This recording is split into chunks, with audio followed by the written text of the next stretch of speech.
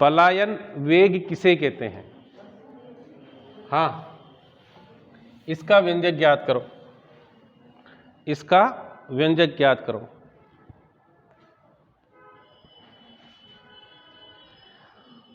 है ना, सुन लिया सबने? अब थोड़ी देर इधर मेरी तरफ समझ लो। जैसे मैंने कहा पत्थर फेंको जोरदार ऊपर, तो आप फेंकोगे तो ऊपर चला जाएगा, फिर नीचे आ जाएगा। फिर मैं और ताकत से फेंक, थोड़ा और ऊपर चला गया। मैंने कहा इतनी ताकत से फेंकना जो कभी लौट कर वापस नहीं आएगा। मतलब कब जाएगा? जैसे ये पृथ्वी है और ये 300 किलोमीटर ऐसे फेंक दिया आपने, तो 300 किलोमीटर के बाद तो कुछ भी नहीं है, फिर तो जीरो हो जाएगा, तो वो वापस कभी नहीं आएगा। समझ में आ रहा मेरी बात? तो वह न्यूनतम वेग जिससे किसी पिंड को ऊर्ध्वाधर दिशा में फेंकने पर वो पृथ्वी के गुरुत्वाकर्षण क्षेत्र को पार कर जाए। किसको? मतलब पृथ्वी जैसे ये है, ऐसा गोला है, तो 300 किलोमीटर तक का जो क्षेत्र है इसके साथ साथ रोटेट होता रहता है। कितने किलोमीटर का? अब अपन इधर रहते हैं तो यहाँ से फेंके इतना चला जाए, मतलब कहाँ निकल जाए? गुरुत्वाकर्षण क्षेत्र से बाहर चला जाए। और बाहर जाएगा तो फिर वापस आएगा? कभी नहीं आएगा। कल्पना चावला आई नहीं, वो वहीं रह गई। वो तो शटल में आग लगने के कारण है, उनकी शटल में क्या लग गई थी? आग लग गई थी। हम पत्थर को फेंक रहे हैं, है ना, तो पत्थर को इतने वेग से फेंके कि वो पृथ्वी के गुरुत्वाकर्षण क्षेत्र को पार कर जाए, कभी लौट कर वापस ना आए। उस वेग को, जैसे अपन पत्थर फेंक रहे तो उसका वेग होगा, तो उस वेग को उसका कौन सा वेग कहते हैं? पलायन वेग कहते हैं। तो लिखेंगे वह न्यूनतम वेग। क्या लिखेंगे? वह न्यूनतम वेग, वह न्यूनतम वेग जिससे किसी पिंड को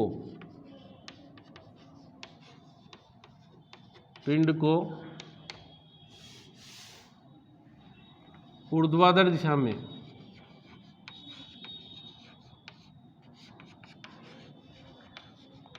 में फेंकने पर पृथ्वी के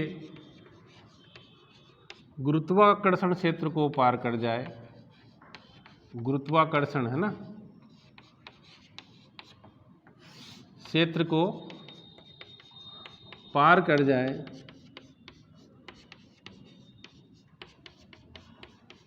तथा कभी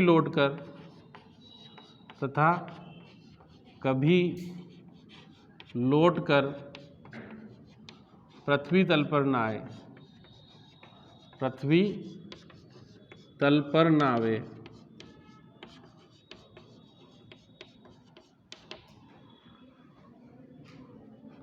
कौन सा कहता है?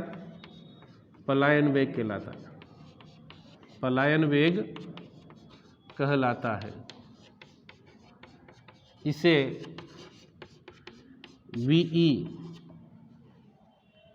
ई सफिक्स में लिखना है। क्यों लिखा है इसका भी मतलब समझ लो। आप कभी यूं नहीं कि रटोगे। ई मतलब होता है एस्केप वेलोसिटी। क्या होता है?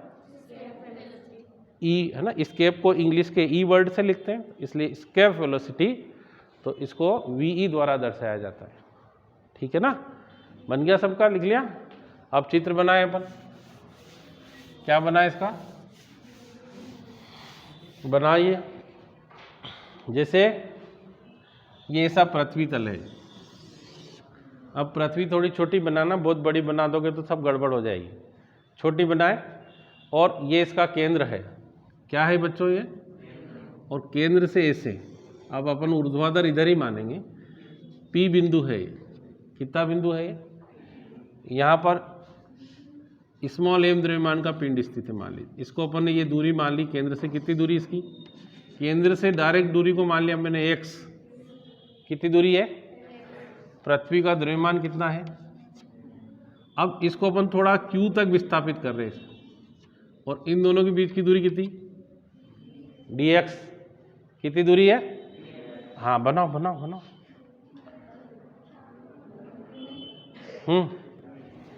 बनाए जल्दी से। और ये इसकी त्रिज्या r। बन गया? बन गया क्या? देखो, माना पृथ्वी का द्रव्यमान माना पृथ्वी का द्रव्यमान कैपिटल M है, माना, एक मिनट हो, यहाँ लिखिए, माना पृथ्वी का द्रव्यमान, पृथ्वी का द्रव्यमान कैपिटल M कितना है, तथा त्रिज्या कैपिटल R है। कितनी है बच्चों? इसके केंद्र से, इसके कहाँ से? केंद्र से कितनी दूरी पर? x दूरी पर।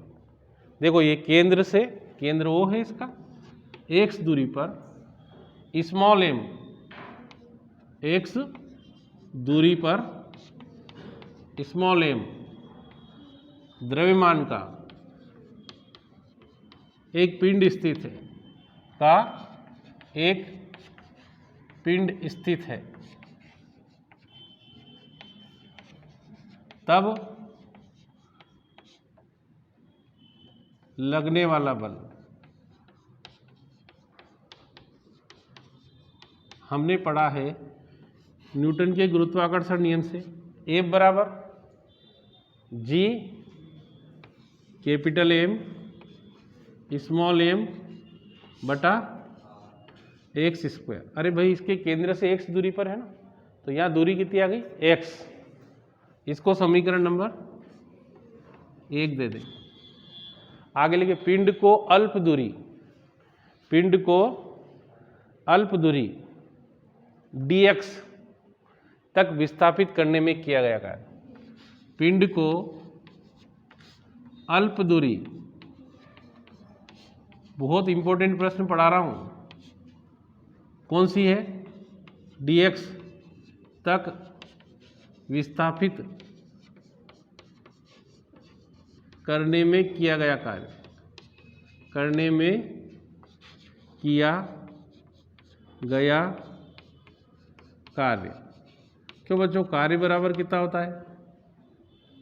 कार्य बराबर बल गुणित विस्थापन। वेरी गुड बेटे। तो यहाँ अल्प कार्य, इसलिए dw बराबर F इंटू डी एक्स। कितना लिखेंगे? F into D x. अब F का मान रख दे, तो देखो dw बराबर, F का मान है G capital M small m बटा x square into D x. ठीक है ना? अब इधर देखना बच्चों, पिंड को कहाँ से? पृथ्वी तल, कहाँ से ले जा रहे हैं अपन? पृथ्वी तल, मतलब x बराबर कहाँ से? r। अरे x का उस कंडीशन में मार कितना आ जाएगा? r आ जाएगा। से कहाँ तक? अनंत, क्योंकि फिर तो वो लौट के आ ही नहीं रहा, मतलब x बराबर कहाँ तक? अनंत तक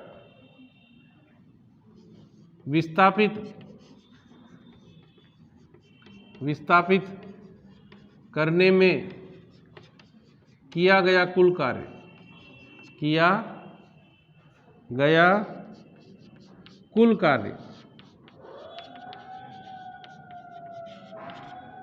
तो बच्चों यहाँ लिखेंगे W बराबर, यहाँ से कहाँ से स्टार्ट हुए अपन? कहाँ से स्टार्ट हुए? ये काय का चिन्ह है। बहुत इंपॉर्टेंट चीज़ बता रहा हूँ, पहले समझ लें, लिखने का तो काम हो जाएगा, फिर आपको समझ में नहीं आएगा। हमको बहुत सारी चीज़ें जोड़ना हो तो अपन क्या लगाते हैं? समेशन या सिग्मा लगाते हैं। अब हम सिग्मा को भूल गए, हम 11वीं क्लास में आ गए। 11वीं क्लास में आ गए तो इस सिग्मा का जो रूप है इसको बोलते हैं समाकलन। और समाकलन की परिभाषा मैंने आप लोगों को शायद ही पढ़ाया है, आप लोग उसको देखेंगे, बुक में लिखा है, संकलन की क्रिया को छोटे छोटे भागों को बढ़ाकर यदि बड़ा भाग बनाते हैं तो उसको क्या बोलते हैं? समाकलन। तो ये या ये लिखो या ये लिखो, एक ही बात है। तो मैंने ये किसका चिन्ह लगा दिया, और यहाँ आ जाएगा G capital M small m बटा x square into D x. अब देखो स्टार्ट कहाँ से हुए थे, स्टार्ट कहाँ से हुए थे, आर से। कहाँ पहुँचना है, अनंत पर। इस है ना, बहुत बड़ा क्वेश्चन अभी खत्म नहीं हो रहा है, आपको 15 मिनट और पढ़ना पड़ेगा। जिसको जाना है वो जा सकता है ना, जिसको जाना है वो जा सकता है, और जिसको नहीं सर मेरे को पूरा पढ़ के जाना, मैं पढ़ा रहा हूँ, पूरा पढ़ा हूँ, है ना। यहाँ तक हो गया। अब देखिए आप बस आवाज़ नहीं करेंगे और इधर देखते रहेंगे, ठीक है, ठीक है ना।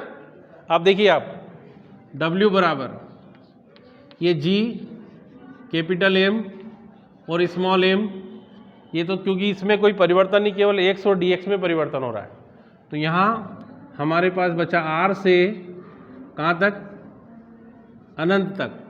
अगर इस x को ऊपर ले जाऊँगा तो कितना आ जाएगा, x की घात -2 और कितना आ गया dx, ठीक। अब आप लोगों को एक फार्मूला में यहाँ बता रहा हूँ, x की घात n dx बराबर x की घात n+1 अपान n+1, ये वाला फार्मूला हमको यहाँ समाकलन के लिए यूज़ करना है। तो आगे देखेंगे W G capital M small m, यहाँ x की घात कितनी है, -2 + 1 बटे -2 + 1, और इसका मान कितना है, अनंत, और इसका r। फिर यहाँ से G capital M small m, यहाँ -x की घात -1 बटा माइनस, यहाँ बचा अपने पास अनंत, और यहाँ बचा r। फिर देखें ये माइनस आगे आ गया, G capital M small m, और ये बच गया 1/x, और ये अनंत, और ये कैपिटल R। फिर आगे देखें, आगे देखें ना, यहाँ आ जाएगा बराबर -G capital M small m। अब ये लिमिट रखेंगे तो 1/अनंत -1/r। अब देखिए 1/अनंत का मान कितना होता है, 0, तो यह आ गया -G capital M small m गुणित -1/r। तो अपने पास बच गया G capital M small m अपान R। ये अपने पास W आ गया, इसको समीकरण नंबर 2 दे दें। अब आगे देखें, इधर 2 मिनट में और क्वेश्चन बता देता हूँ। आगे लिखेंगे तब पिंड की गतिज ऊर्जा में वृद्धि, पिंड की गतिज ऊर्जा क्या होगा, Ke बराबर 1/2 mVe का स्क्वायर। इसको समीकरण नंबर 3 ऊर्जा संरक्षण के सिद्धांत से, ऊर्जा संरक्षण के सिद्धांत से क्या आएगा, Ke बराबर W, मतलब गतिज ऊर्जा में वृद्धि किए गए कार्य के बराबर होती है। हमने कार्य ऊर्जा प्रमेय से पढ़ रखा है। यहाँ गतिज ऊर्जा का मान है 1/2 mVe का स्क्वायर बराबर, यहाँ है अपने पास G capital M small m अपान R, m से तो VE बराबर Gm/R। इसको समीकरण 4 दें। फिर लिखेंगे G और G के संबंध से, G और G के संबंध से क्या है, G और G में संबंध, G बराबर Gm/R²। तो Gm बराबर कितना हो जाएगा, G कैपिटल M बराबर GR²। ये मान यहाँ रख देंगे, देखो VE, फिर वापस कितना आ जाएगा, VE का स्क्वायर बराबर GR², सॉरी 2GR² है ना, यहाँ 2 लगाना रे बच्चों, ये 2 का उधर गुणा हो जाएगा, 2GR² अपॉन R, तो R से R कट जाएगा तो VE बराबर √2GR। यही किसका मान है? पलायन वेग का व्यंजक है। बहुत बहुत इम्पोर्टेंट क्वेश्चन है। अब की बार अवश्य रूप से एग्जाम में 4 नंबर में, अब 5 नंबर के क्वेश्चन नहीं आएंगे, 4 नंबर में आएगा। Thank you.